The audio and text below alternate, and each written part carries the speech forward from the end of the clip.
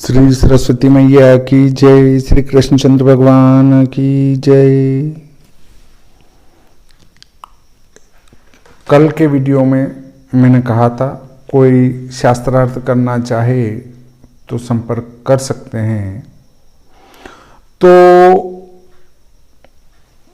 शास्त्रार्थ के लिए नहीं आया, परंतु मेरे एक विद्यार्थी ने जिज्ञासावश प्रश्न किया कि क्या मध्य रात्रि के बाद होलिका दहन के ये प्रमाण उपलब्ध हैं, इनका क्या उत्तर है। तो मैं बताऊंगा संवत 2078 शक 1943 फाल्गुन शुक्ल पक्ष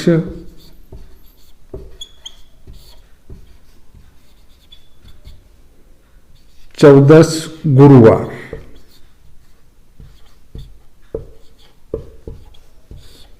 दिनांक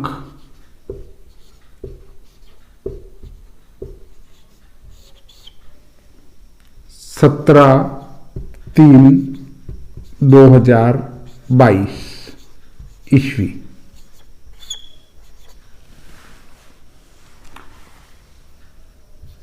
होलिका दहन समय प्रदोष वेला। इस पर हम विस्तार से चर्चा करने वाले हैं। आप हमारे साथ जुड़े रहें, पूरा वीडियो देखें। श्री भागवमाता पंचांग, निर्णय सागर पंचांग, श्रीधर शिवलाल पंचांग, गायत्री प्रत्यक्ष पंचांग, अहमदाबाद से निकलता है गायत्री प्रत्यक्ष पंचांग। श्रीधर शिवलाल पंचांग जोधपुर के आधार पर किशनगढ़ से निकलता है। निर्णय सागर पंचांग जोधपुर के आधार पर नीमच से निकलता है। श्री भागवमाता पंचांग नीमच से निकलता है। सिद्ध विजय पंचांग उज्जैन के आधार पर निकलता है। इन पंचांगों में प्रदोष काल में होलिका दहन लिखा है और गायत्री प्रत्यक्ष पंचांग के तत्वावधान में भी बैठक का आयोजन और हम सब एक ही निर्णय लेते हैं और तदनुसार गायत्री प्रत्यक्ष पंचांग में भी प्रदोष वेला में होलिका दहन बताया गया है और श्री भागवमाता पंचांग में भी यही बताया गया है।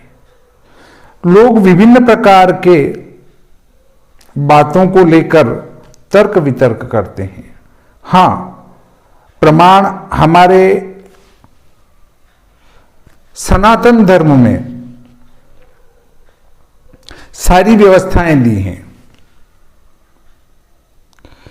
एकादशी के व्रत में गला गीला हो जाए, इससे ज्यादा पानी नहीं पीना चाहिए, बस कंठ तक ही जाए।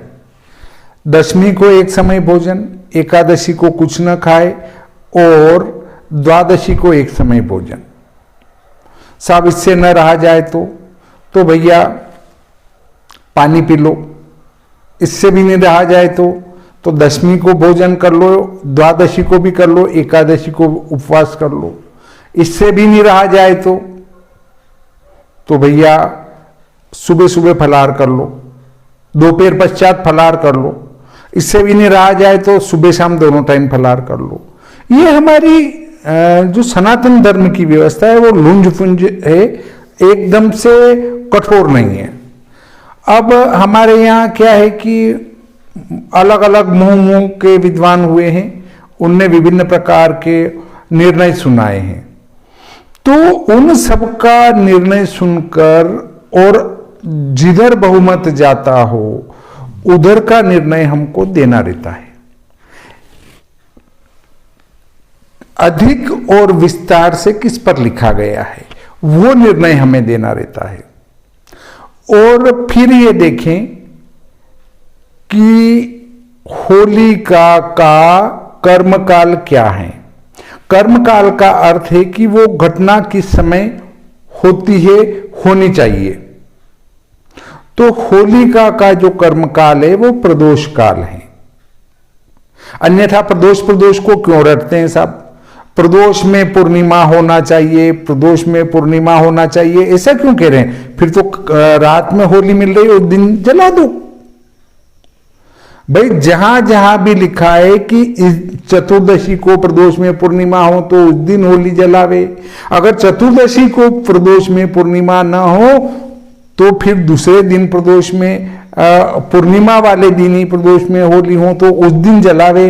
जो दोनों ही दिन प्रदोष में पूर्णिमा ना हो तो फिर चतुर्दशी को ही पूर्णिमा जलावे, या फिर उधर प्रतिपदा वृद्धिगामिनी हो तो उस पर विचार करें। अब देखिए, मैं आपको आज अधिक से अधिक जानकारी देने की कोशिश करूंगा।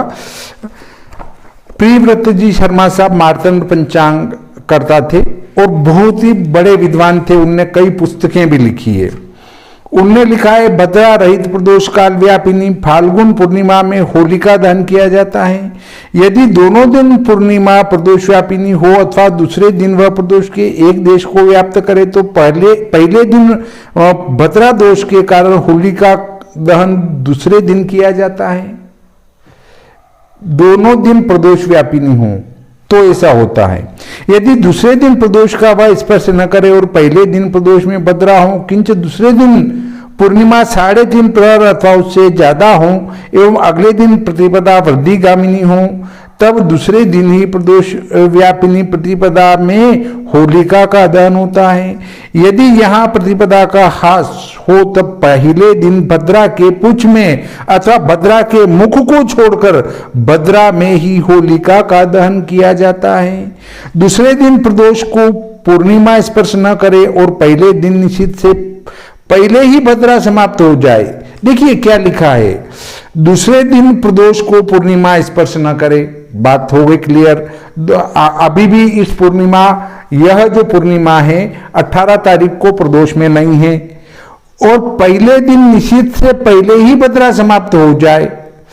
अब पहले दिन निश्चित से पहले भद्रा समाप्त हो रही है तो वहां भद्रा समाप्ति पर होलिका दहन करे।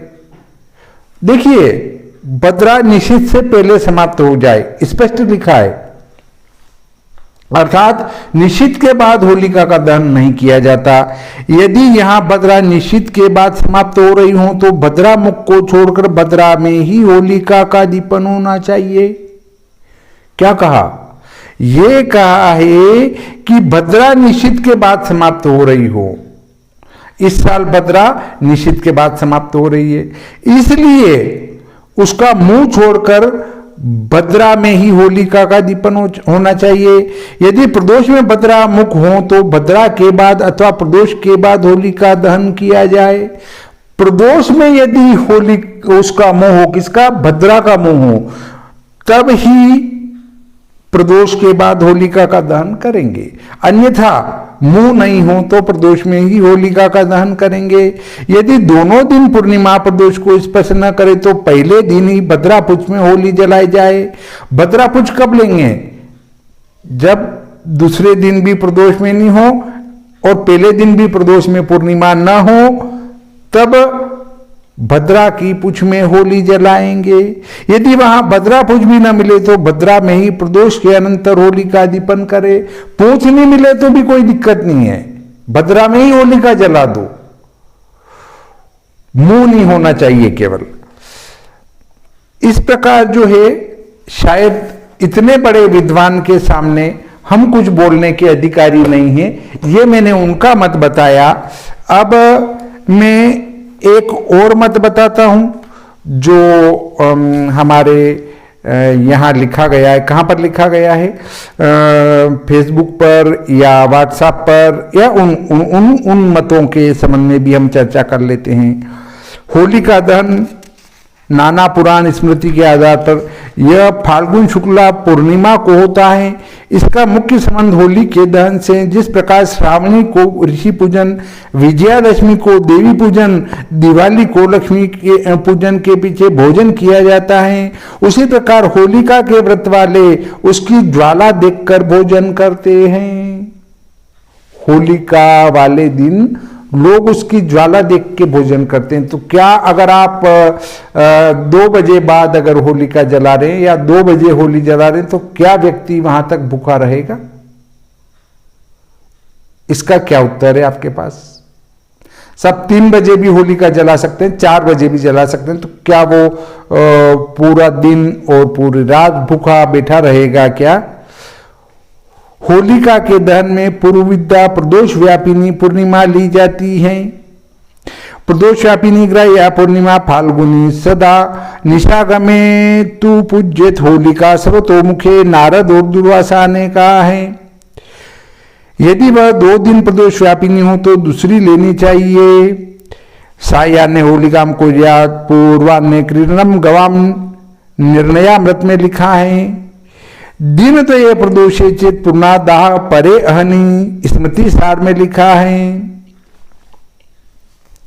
प्रदोष में बद्रा हो तो उसके मुख की घड़ी त्याग कर प्रदोष में दहन करना चाहिए।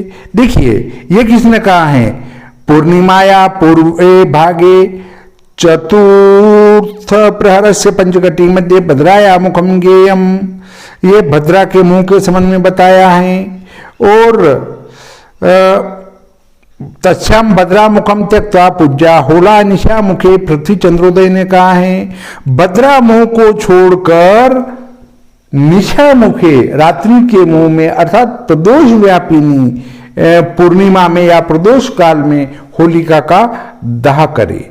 पर वहां यह बात ध्यान रखिए कि प्रदोष में भद्रा का मुंह न हो। भद्रा में होलिका दहन करने से जन समूह का नाश होता है। ये किसने कहा है? भद्रायाम देन कर्तव्य श्रावणी फाल्गुनी तथा प्रतिपदा चतुर्दशी भद्रा और दिन इनमें होली जलाना सर्वथा त्याज्य है। प्रतिपद भद्रासु यार्जिता होलिका दिवा संवत्सरम तु तद्राष्ट्रम पुरम दहति सात भूतम, ये चंद्र प्रकाश में कहा है। प्रतिपदा चतुर्दशी भद्रा और दिन इनमें होली जलाना श्रद्धा त्याज्य। कुयोग वशेदी जला दी जाए तो वहां के राज्य नगर और मनुष्य अद्भुत उत्पातों से एक ही वर्ष में हीन हो जाते हैं। यदि पहले दिन प्रदोष के समय भद्रा हो और दूसरे दिन सूर्यास्त से पहले पूर्णिमा समाप्त होती हो तो भद्रा के समाप्त होने की प्रतीक्षा करके सूर्योदय होने से पहले होलिका दहन करना चाहिए। ये किसने कहा है? भविष्योत्तर ने कहा है। दिना रात प्रतोष या सात फाल्गुनी पूर्णिमा यदि रात्रो भद्रावसाने तू होलिकाम तत्र पूजिएत। वहां पर इसने भविष्योत्तर ने ये कहा है कि भविष्योत्तर ने कहा है, चंद्र प्रकाश ने भी कहा है कि आप भद्रा समाप्ति के बाद, जहां तक भद्रा समाप्त नहीं हो वहां तक होलिका का दाह नहीं करें। तो फिर ये अगर ये दो व्यक्तियों ने कहा है, तीन कह सकते हैं, पर ज्यादातर उस पक्ष में है। और अगर इस पर विस्तार से बात नहीं होती तो उनके मुंह, वो भद्रा के पूंछ, इन पर इतनी चर्चा नहीं की गई होती शास्त्रों में कि पूर्णिमा पर उसके मुंह में न जलाए होली, प्रदोष वेला में अगर मुंह पड़ता हो तो उसको छोड़कर होली जलाए। कितना विस्तार से लिखा गया है, परंतु हम इन 2-3 श्लोकों को लेकर एक बात को रट के चले हुए हैं। देखिए, पहले दिन प्रदोष न हो तो भी रात्रि भर भद्रा रहे, सूर्योदय होने से पहले न उतरे, और दूसरे दिन सूर्यास्त से पहले पूर्णिमा समाप्त हो तो ऐसे अवसर में पहले दिन भद्रा हो तो भी उसके पुच्छ में होलिका दीपन कर देना चाहिए। देखिए, ये किसने कहा है? लल्ल ने कहा है। और पंचद्वय द्विकृताष्टेति मुहूर्त चिंतामणि ने भी कहा है। पृथिव्याम यानि कार्याणि शुभानि हि अशुभानि च तानि सर्वाणि सिद्ध्यन्ति विष्टिपुचे न संशयः।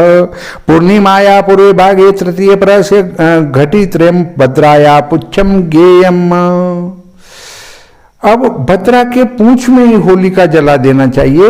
यदि पहले दिन रात्रि भर भद्रा रहे और दूसरे दिन प्रदोष के समय पूर्णिमा का उत्तरार्ध मौजूद हो तो भी उस समय यदि चंद्र ग्रहण हो तो ऐसे अवसर में पहले दिन भद्रा हो तब भी सूर्यास्त के पीछे होली जला देनी चाहिए।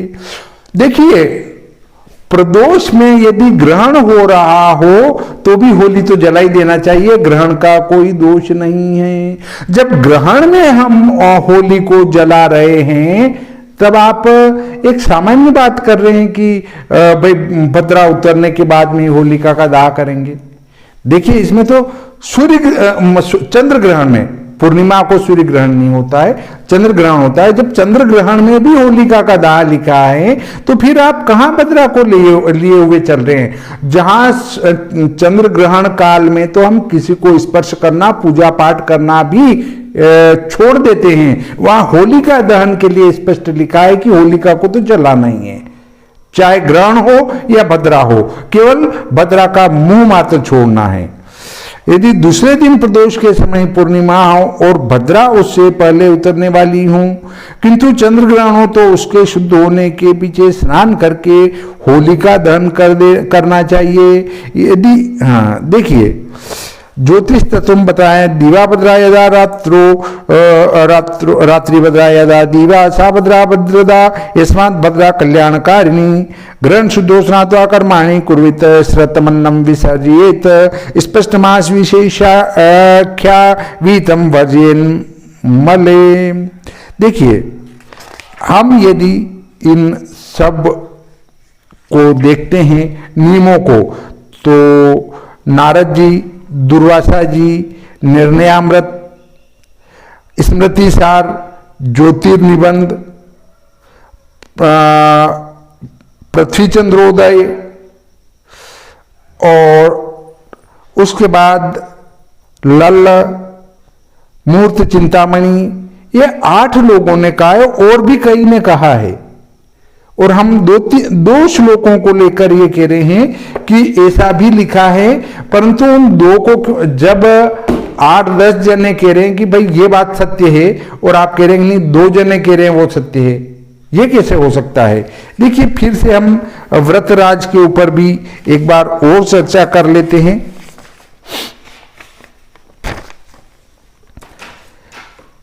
होली का निर्णय इसमें यह भद्रा रहित प्रदोष व्यापिनी लेनी चाहिए, क्योंकि दुर्वासा ने कहा है कि फाल्गुन पूर्णमासी के दिन रात को होली का उत्सव होता है।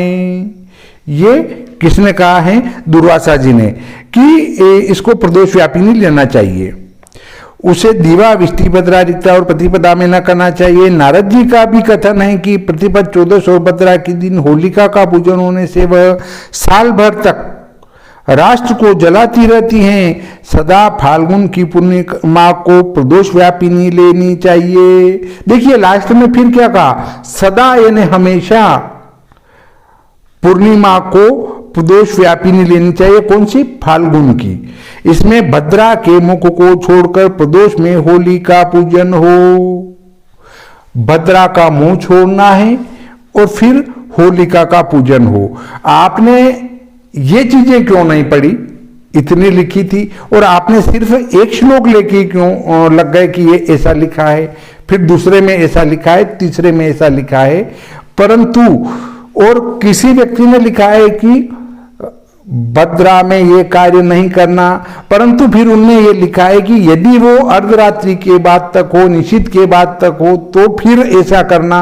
तो आपने उसका आधा श्लोक आगे का काट के ने लिख दिया, परंतु पीछे वाली बात को कौन करेगा? इसमें भद्रा के मुख को छोड़कर प्रदोष में होली का पूजन हो। दिवोदासी में भी लिखा है कि सदा होलिका का पूजन निशा के आगमन में होता है। किसने लिखा? दिवोदासी ने लिखा, कि निशा के आगमन में जब रात्रि प्रारंभ होती है तो ही होलिका का पूजन होता है। ढूंढा दिन में नहीं पूजी जाती, पूजने पर दुख देती हैं। 2 दिन प्रदोष व्यापिनी हो तो परा का ही ग्रहण करना चाहिए। भद्रा में होली जलाने पर राष्ट्र भंग करती है, नगर को भी इष्ट नहीं है। इस कारण भद्रा का त्याग होना चाहिए। इस वचन तथा दुर्वासा आदि के वचनों से भद्रा में होली को प्रदीप्त नहीं करना चाहिए। यदि पर दिन में प्रदोष के समय न हो तथा पूर्व दिन में प्रदोष के समय भद्रा सहित पूर्णिमा हो तो उस दिन यदि निश्चित अर्धरात्रि तक भद्रा का अवसान मिल जाए तो पहले ही दिन भद्रा के अवसान में होली में आग लगा देनी चाहिए। देखिए, निश्चित अर्धरात्रि स्पष्ट लिखा है कि अर्धरात्रि तक अवसान मिल जाए, मतलब भद्रा समाप्त हो जाए तो उस दिन ही होलिका जला देनी चाहिए। यदि निश्चित के बाद भद्रा की समाप्ति हो तो भद्रा के मुख को छोड़कर भद्रा में ही प्रदोष के समय आग दे दे। निश्चित के बाद भद्रा की समाप्ति हो, अर्धरात्रि के बाद यदि भद्रा की समाप्ति हो तो भद्रा के मुंह को छोड़कर ही प्रदोष के समय उसमें आग लगा देनी चाहिए, होली में। यह साफ लिखा है। क्योंकि दिनार्ध से ऊपरी यदि फाल्गुन की पूर्णिमा हो तब रात को भद्रा के अवसान में होली जलावे। फिर यहां ये लिखा है कि भद्रा के अवसान में होली जलावे, मतलब भद्रा कभी भी समाप्त हो। ये एक वाक्य मिलता है। यहां ऊपर दिवोदासी का भी मिलता है। चतुर्दशी में भी दोपहर से अगाड़ी राजा राका हो तो भद्रा के अवसान में निश्चित के अंत में होली जला दे। यह पुराण समुच्चय में लिखा हुआ है। कहे हुए होली के पूजन को भद्रा में भी करे। देखिए, पुराण समुच्चय में लिखा है कहे हुए होली के पूजन को भद्रा में भी करे। देखिए, पूजन लिखा उनने स्पष्ट कि भद्रा में भी करे। हमने आगे का तो पढ़ दिया, पीछे का भी पढ़ना चाहिए। यदि पूर्व दिन प्रदोष काल में पूर्णिमा न रहती हो अथवा उसके रहने पर भद्रा बिना समय न मिले एवं दूसरे दिन प्रदोष काल में पूर्णिमा न हो तो भद्रा की पूंछ में होली में आग लगा देनी चाहिए। भद्रा की पूंछ में लगा देनी चाहिए। यही लल्ल ने कहा है कि पृथ्वी के जितने भी शुभ और अशुभ समय हैं वे सब भद्रा की पूंछ में होते हैं, इसमें संदेह नहीं है। यदि भद्रा की पूंछ मध्यरात्रि के पीछे आवे तो प्रदोष में होली जलानी चाहिए, क्योंकि लिखा हुआ है कि यदि मध्यरात्रि से आगाड़ी यदि भद्रा पूंछ हो तो प्रदोष में होली में आग दे, इससे सुख सौभाग्य की प्राप्ति होती है। प्रदोष से मध्यरात्रि तक होलिका का पूजन शुभ है, यह लिखा है। इसमें इतना स्पष्ट लिखा है कि प्रदोष से मध्यरात्रि तक होलिका का पूजन शुभ है, इसके बाद नहीं करना चाहिए। यह व्रतराज की बात मैंने आपको सुनाई। अब हम चलते हैं निर्णय सिंधु के ऊपर। फाल्गुन की पूर्णिमा को होली कहते हैं, इसको सायन व्यापी नहीं लेना। अब फाल्गुन की पूर्णिमा प्रदोष व्यापी नहीं लेनी चाहिए, जिसमें भद्रा के मुख को छोड़कर सायंकाल के समय होलिका का पूजन करना, यह नारद कहते हैं। ठीक है, नारद जी ने कहा है, हेमाद्री और मदन रत्न में भविष्य पुराण का लेखी है पार्थ, इस पूर्णिमा को गोबर से लिप कर चौकोर घर के आंगन में बालकों की रक्षा करे इत्यादि वाक्य से 30 समय में पूजा का विधान लिखा है, जिससे यह पूर्वता लेनी चाहिए। ब्रह्म और ब्रह्मव्रत पुराण में भी लिखा है कि श्रावणी, दुर्गा नवमी, दुर्गाष्टमी, होली, शिवरात्रि, बालिका दिन यह पूर्व विद्या करनी। यदि दोनों दिन प्रदोष व्याप्ति हो अथवा पूर्व दिन में भद्रा हो तो उसमें होली के निषेध से परली लेनी चाहिए। सोई निर्णयामृत और मदन रत्न में पुराण समुच्चय के वाक्य लिखे हैं कि भद्रा में यदि होली में अग्नि लगावे तो वहां देश का भंग करती हैं और नगर को भी वह इष्ट नहीं, इससे उसे त्याग दे। देखिए, इसमें ऐसा लिखा है कि वो नगर को भंग करती है, वो नुकसान देती है, परंतु फिर उन्होंने लिखा कि इसकी बजाय यदि भद्रा मध्य रात्रि तक हो तो फिर भद्रा के मुंह को छोड़कर ही उसमें आग लगानी चाहिए।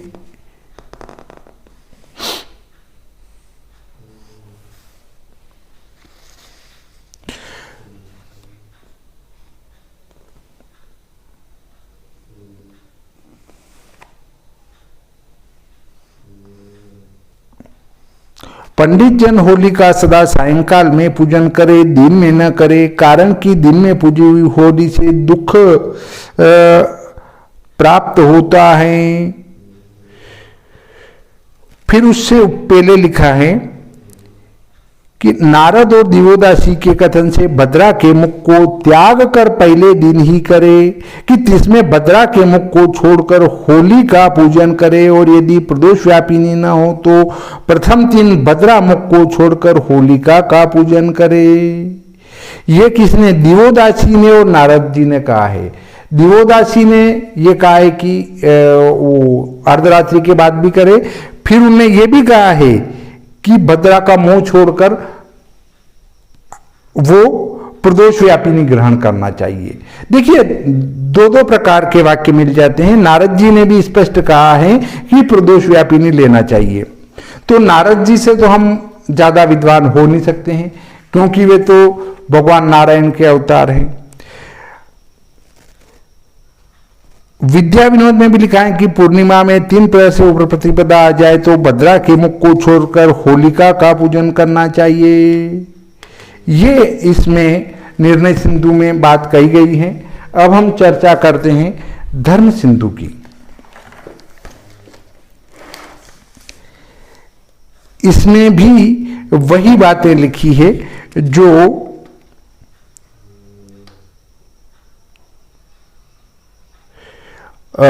हमारे निर्णय सिंधु और व्रतराज और पहले वाले जो नियम पढ़े हैं परम आदरणीय प्रियव्रत जी शर्मा साहब ने ये जो निर्णय दिए हैं, धर्म सिंधु निर्णय सिंधु का अवलोकन करके उनका सार ग्रहण करके उन्हें निर्णय दिए हैं। तदनुसार निर्णय ये है कि भद्रा यदि मध्य रात्रि के पहले समाप्त हो रही हो, निशित के पहले समाप्त हो रही हो, तो भद्रा की समाप्ति के बाद होलिका का दीपन करना चाहिए।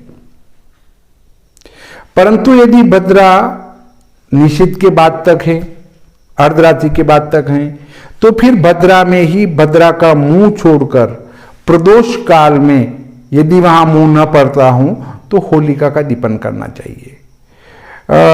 इस संबंध में मथुरा से आदरणीय उपेंद्र नाथ जी साहब ने भी से भी हम मेरी चर्चा हुई है। उनने स्पष्ट कहा है कि आपने जो निर्णय वीडियो में दिए हैं वे बिल्कुल 100% सही हैं और उन्हीं के अनुसार होली का दीपन करना चाहिए, होली का जलाना चाहिए। तो इस प्रकार शायद आपके प्रश्नों का समाधान हुआ होगा और जिनके फेसबुक व्हाट्सएप पर और भी संदेश प्राप्त हुए हैं मुझे, उन सब के प्रश्नों से संबंधित मैंने ये निर्णय यहाँ बताया। हाँ, जो आपने बताए हैं वो निर्णय अवश्य इन ग्रंथों में लिखे हैं, परंतु जहां बहुमत एक तरफ जा रहा हो वहां 2-3 के मत को ग्रहण नहीं किया जाता है। नारद जी ने कहा कि भाई भद्रा में होलिका का दाह करें तो वो नगरपुर वगैरह को जला देती हैं, परंतु फिर उन्होंने ये लिख दिया कि अगर निशित के बाद तक भद्रा हूं तो फिर भद्रा के मुख को छोड़कर प्रदोष काल में होलिका का दीपन करना चाहिए। तो वो हमने पहली बात को पकड़ लिया, उनकी दूसरी बात को भी हमें पढ़ लेना चाहिए ताकि हमारा समाधान हो जाए। तो इस प्रकार आज का ये प्रकरण यहीं समाप्त करते हैं। श्री सरस्वती मैया की जय, श्री कृष्णचंद्र भगवान की जय।